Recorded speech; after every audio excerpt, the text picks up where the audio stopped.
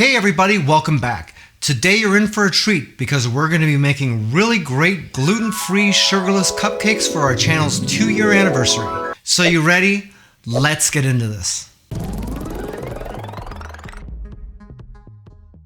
For this recipe, you're going to need some gluten-free baking flour. We're using Bob's Red Mill gluten-free baking flour. This is the 1-to-1 version, meaning that you can substitute it 1-to-1 with regular flour without having to worry about any kind of conversions or anything like that. Strongly recommend this stuff, it's really great. A little bit of baking powder. Be sure it's not expired. That's very important. Monk fruit sweetener, some Kroger Carbmaster milk, some large eggs. Make sure that these are at room temperature before we start. A little bit of vanilla extract, tiny bit of salt, a little bit of melted butter. Be sure to let this cool down a little bit so it's not hot also. Some Pillsbury zero sugar chocolate frosting, some cupcake liners, a piper so you can do your frosting later on, and also don't forget that you need a cupcake tray. If you want to make this recipe, all the ingredients and measurements are down in the description of the video, along with the calorie count, the protein, the carbs, and the fat. Before we do anything, we want to start preheating our oven, so we're going to set that to 350 degrees and get it started. And then we're going to put the liners into our cupcake tray. Once you have that lined, we can get this out of the way and start mixing ingredients. So in a medium mixing bowl, we're going to pour in our flour, our monk fruit sweetener, our baking powder, and our salt. Use a whisk to mix this up really good. We want to make sure this is combined really well and evenly distributed. Because if we don't, we could have some of these cupcakes rising lopsided or something like that, and we don't want any inconsistency here. Once you have that mixed up, we're going to pour in our milk, our eggs, our butter, and our vanilla extract.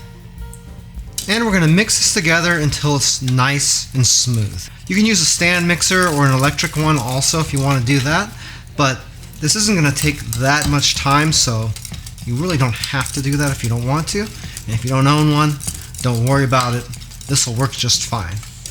Just remember to make sure you have those dry ingredients mixed together really well first before you add in the wet ingredients. Otherwise, your batter might get a little bit clumpy. We don't want that either. And once it's looking nice and smooth like this, then we'll be ready for our next step. Now we're going to spoon some of our batter into each one of these cupcake liners. We want to fill each one about 2/3 of the way full. Don't go any more than that because they're going to rise and we don't want them overflowing out of the top of these. Just do what you can to try to make them as even as possible. Hey, by the way, if this is your first time here and you want to learn some cool new recipes, get some great cooking tips and tricks and all sorts of other kitchen related things, then start now by subscribing to the channel and clicking the notification bell so you never miss a thing. Once your oven is preheated, we can go ahead and throw these in here.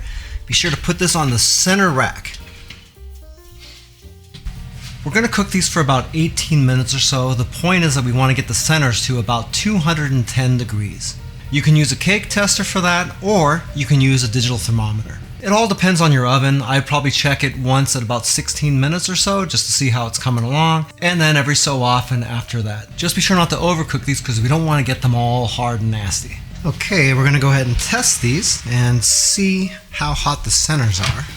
Almost there, maybe another minute. Okay, we're going to check these one more time. I think we're probably going to be good now. And that's looking just about right.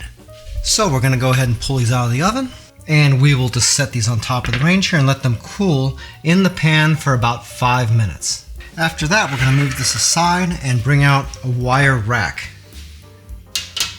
We're going to transfer all of our cupcakes with the liners over to this wire rack to finish cooling. The reason we're doing that is to let these breathe a little bit and get rid of all that steam. That way you don't end up with soggy cupcakes.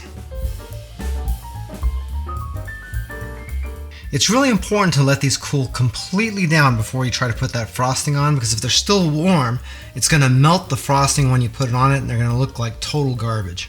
So be patient, resist the urge, it'll pay off. 75 years later. For your piper and the frosting, be sure you have the metal tip here inside the bag. Don't try to do it the other way around, it doesn't stay on that way, and you're going to end up with a big mess. Then all you have to do is open up this bag and then start scooping in your frosting.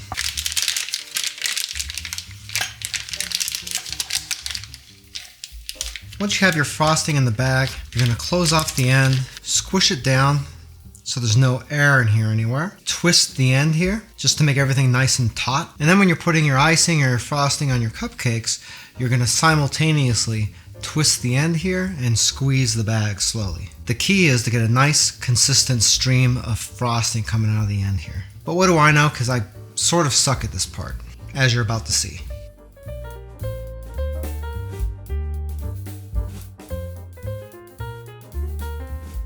If you'd like to learn a little bit more about Joe's Phenomenal, you can watch a couple more videos, or you can check us out online at joesphenomenal.com. Thanks to all your support and generosity, we are now 2 years old and still going strong. It's been a pleasure making content for you, and I can't wait to see what the future holds. So until next time, I hope you have a phenomenal day. Take it easy.